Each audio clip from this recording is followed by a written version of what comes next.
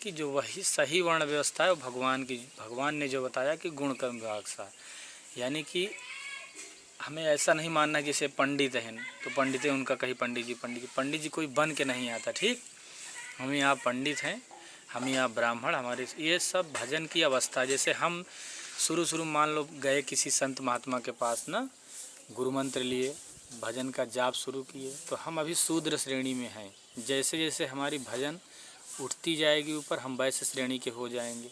वैश्य श्रेणी के होने के बाद हमारा हम भजन निरंतर करते रहते और उच्च अवस्था हमारी आएगी क्षत्रिय श्रेणी। क्षत्रिय श्रेणी का मतलब हो जाए जैसे अपने अंदर जो विकार हैं, काम क्रोध लोभ मोह, इन सब को जब आप मारेंगे,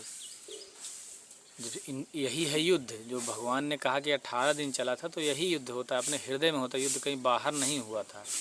ये गीता जो कहती है सब आंतरिक चीज़ें जो हमारे महापुरुषों ने देखा वही लिखा। तो यानी कि हमें अब क्या जानना है कि ब्राह्मण कोई बन के नहीं आता। ठीक, हम यहाँ ब्राह्मण क्षत्रिय वैश्य और शूद्र हैं। यानी जो वर्ण व्यवस्था थी, अब ये अज्ञानता से लोगों ने इसको जाति आधारित कर दिया, नहीं तो एक कर्म के आधार पर भगवान श्री कृष्ण ने बांटा था।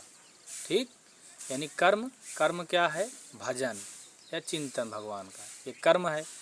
वर्ण व्यवस्था क्या है?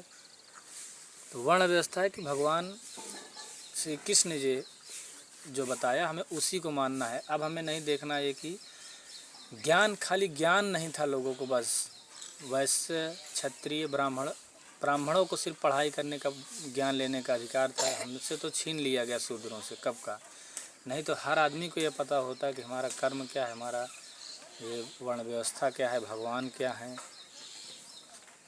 भगवान कहीं अवतरित नहीं होते, सब महापुरुषों के जन्म। जब राम भी रहे होंगे तो बहुत सारे लोग उनको नहीं जान पाए होंगे, लेकिन जो पुण्य आत्माएँ थी जिन्हें भगवान से लगाव था, उन्होंने जाना, भगवान को पाया भी।